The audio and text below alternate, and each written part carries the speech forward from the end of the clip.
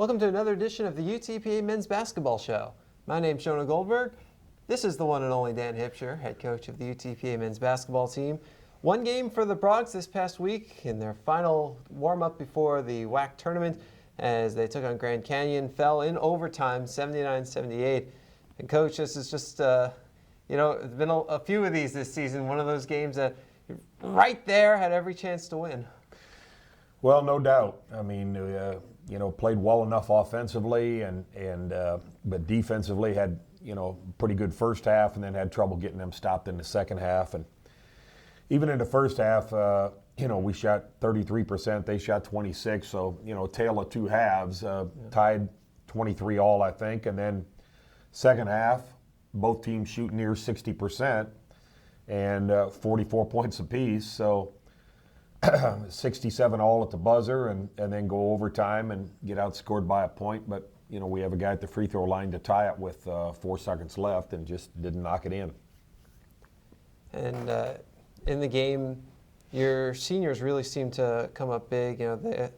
All 4 of the true seniors were able to start, and 3 of them reached double figures. Yeah, Josh, Justin, Hurley all really did a good job. Jamal started at the forward spot for us too and contributed a bucket early. But we had 5 guys in double figures and really did a good job competing.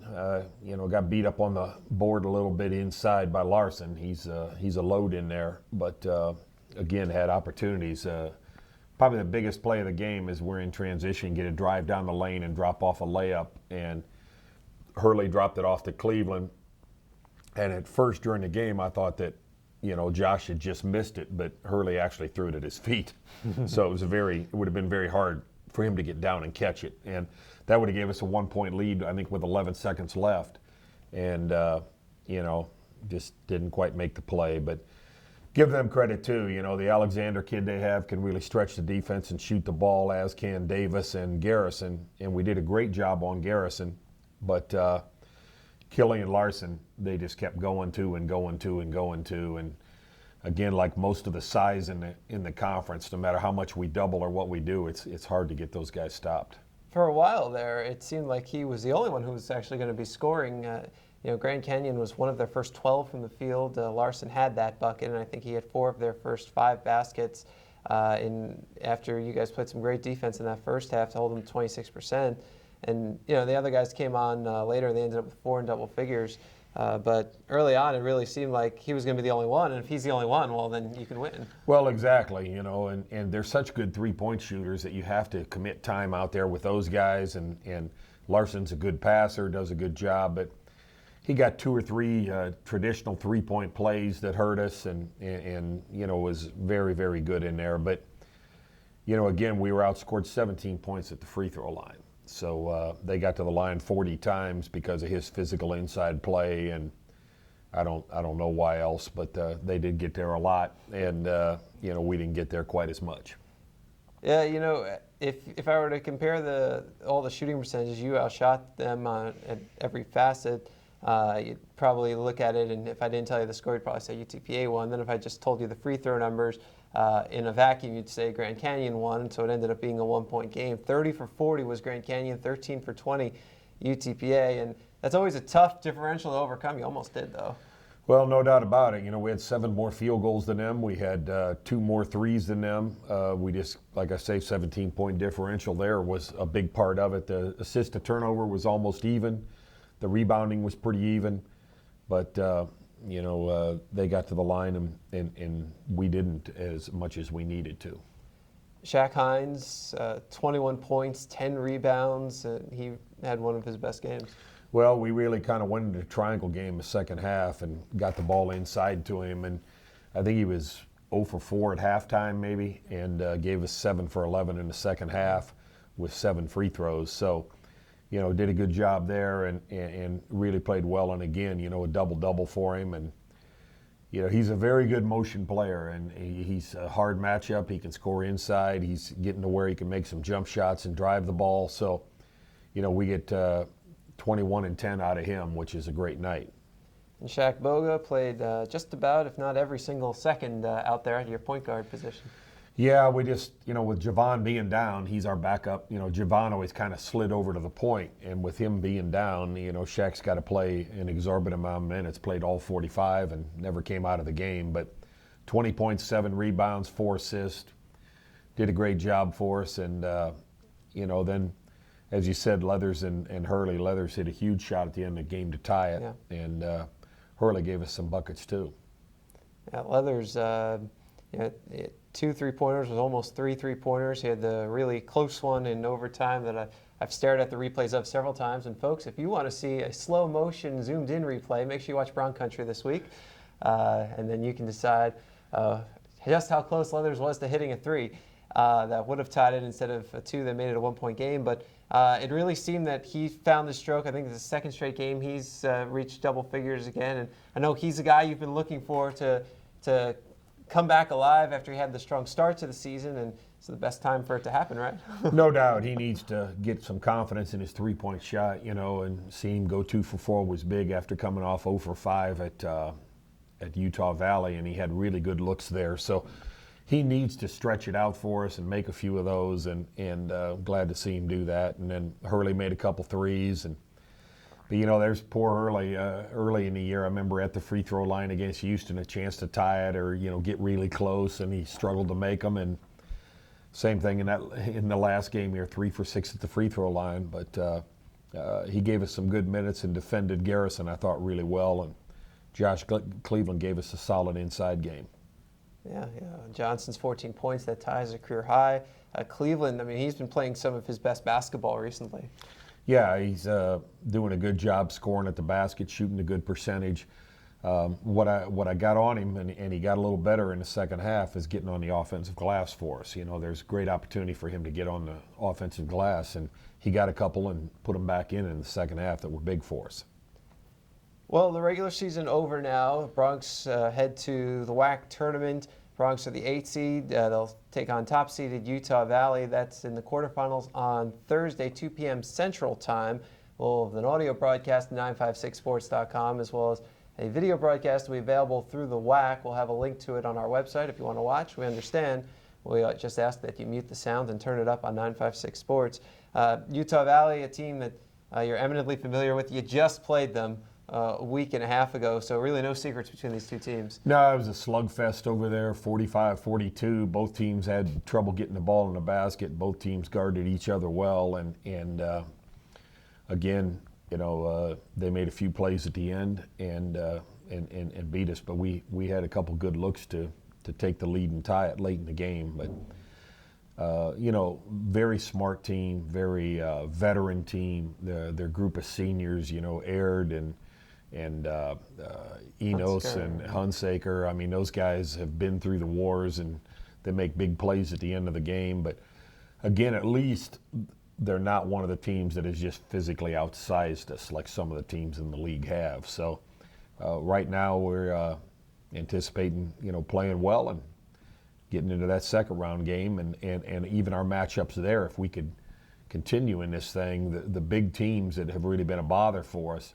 New Mexico State and Seattle, are on the other side. So, although we don't want to lose that game, in some ways the bracket worked out probably better for us. I think there was a 3-way tie for 6th place, but the tiebreakers put us in a spot that's probably best for us.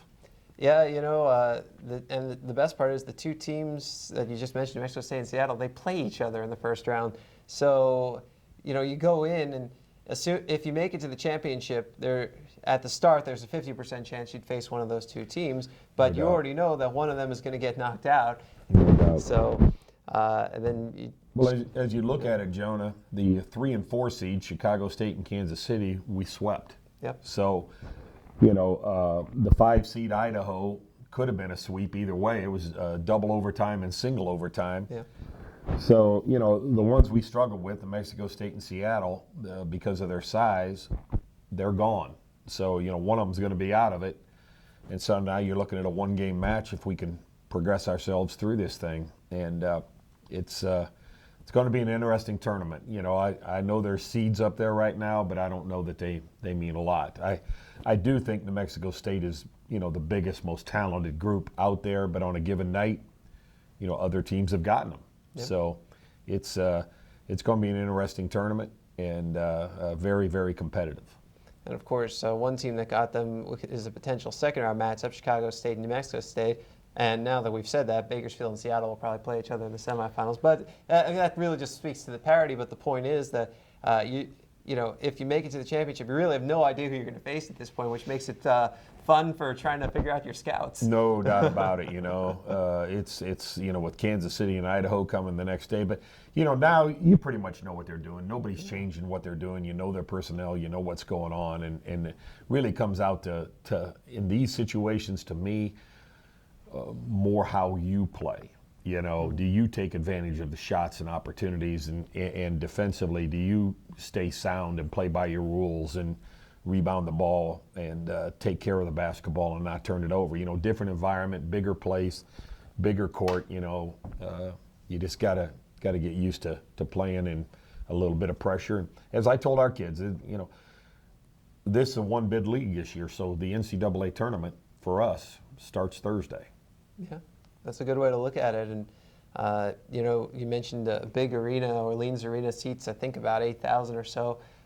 Been there a couple times before, and the one place that you've played this year that I think I can most liken it to might be actually Texas A&M Corpus Christi, where you've already played 3 games in 3 days. Oh, good. It's very similar to that. Yeah. So you know, we played decently up there too. Yeah.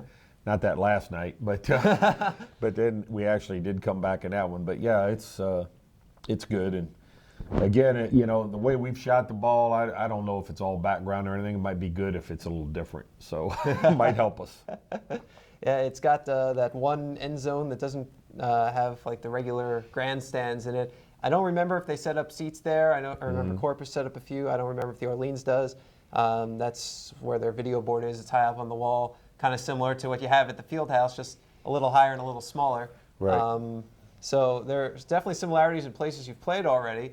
And I know that we've sold, I think we may have sold our entire allotment of fan tickets already. So you know you'll have some supporters in the stands, which always helps. Well, we hope to go out and play well for them. But, you know, being in Vegas is a great place to have the tournament, and exciting for our fans to travel out there. And we're looking especially forward to it. And a tournament at the Orleans Arena. They're hosting the West Coast Conference right now. Right now, yep. And then the WAC comes in, and then of course the Pac-12 is in Vegas at the same time. So this is a great place to have a tournament. Big time tournament time. You know, it's like you say, 2 in a row in the Orleans, and then a third going on, I imagine, over to Thomas and Mack with the Pac-10 or Pac-12. Actually, is that where they're playing? playing? At the MGM. Oh, they're at the MGM. Yeah. Wow. So they're about a mile walk away. So, yeah. You know, there'll be plenty of fans, plenty going on, because there's always a lot going on in Vegas. But I was really proud. You know, you mentioned the seniors earlier, and we had a nice tribute to them, and I thought it was special to them. And, you know, you saw a little video we put together and helped us with the music with it. And I think they know that, you know, they're special kids that I was happy to coach and proud to be around. And they're all going to graduate here within the next semester or so. And excited for them to play well in that last game. Didn't quite get it. I wanted to get it for them, but again, they're exemplary kids that the university and our athletic department can be proud of. Yeah, I mean, I know you've only been with them a year, but you've had a chance to really get to know them. And are there any cool, like maybe off the court type stories that you can tell that you might have about any of them? No, well, you know. Or like a favorite memory, perhaps? I guess some of the things are just the reaction we've had on the road. I've gotten 2 or 3 emails, a couple letters about how these kids act and carry themselves in the hotel, in the lobby, and how impressed people have been by them. And if they're carrying on a trademark, you know, that's a big part of it, you know, that they do things the right way and they treat people the right way and they represent the university the right way. That they most definitely do. And if you want to see a 6.5-minute soliloquy on this awesome senior class, make sure you watch this week's edition of Bronc Country, which will be up here online, 956sports.com, on the UTPABronx.com website. Wednesday at 6:30 p.m., Time Warner Cable Sports Network. Friday, 11 a.m. at Comcast Sportsnet Houston. It's in the A block. It's a great story, and you'll get to know all 5 of the seniors, and you get to see some of their great moments and Great story, so make sure you tune in. Romeo Villarreal did some yeoman's work over the last week putting this story together. Very excited to see that on the, can't call it the big screen, but the bigger screen. That's right. Of a large flat screen or something like that. So you'll be at the tournament, all these games going on.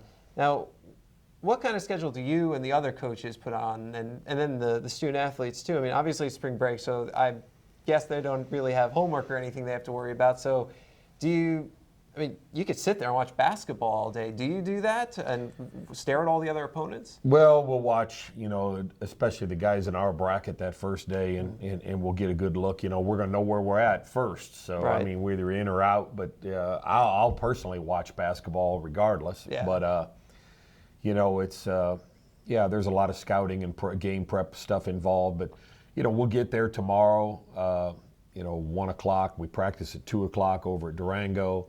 Come back, meet with the team, have dinner, watch some film, let them get a little rest under their legs, early game the next day, and then probably have another video session at night, and then get up, eat breakfast, and go play. So it happens quick. And Wednesday then. I'm sorry, we have another day of practice, but we'll be over to watch the women's game. It's good. And then we'll get a chance to see them, and then have practice, and then game prep the team through the night and get ready to play at noon on Thursday. It's a quick turnaround. Well, since you and your assistants will be at the women's game, I'm just going to throw this out there. You don't have to necessarily answer while you're on the spot on a live camera, but if one of you wants to take a stab at being a color commentator for the broadcast, I won't say no. I'll have a headset waiting for you. I'm sure we got a couple guys that would love to talk a lot, so we'll see. It's awesome that you're practicing at Durango High School. Here's a game note for you. The last time the Bronx played at Orleans Arena, they practiced at Durango High School the day before starting a tournament, and they won. Well, that's good. And the athletic director at Durango High School is from Fostoria, Ohio, so there's a little trivia from in my hometown. Wow. So, Tim Jackson, and his Did you know sister him? was a great player. I know of him, knew him a little bit. He was younger than me, of course, but everybody is.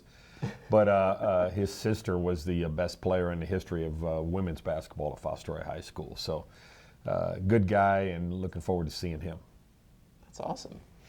Well, lots of amazing connections going on at the WAC tournament this week. And make sure you follow all the action over at utpabronx.com. He's Dan Hipsher. He's the head coach of the UTPA men's basketball team. My name's Jonah Goldberg. Hopefully we'll be back with you next week previewing an NCAA tournament game right here on 956sports.com.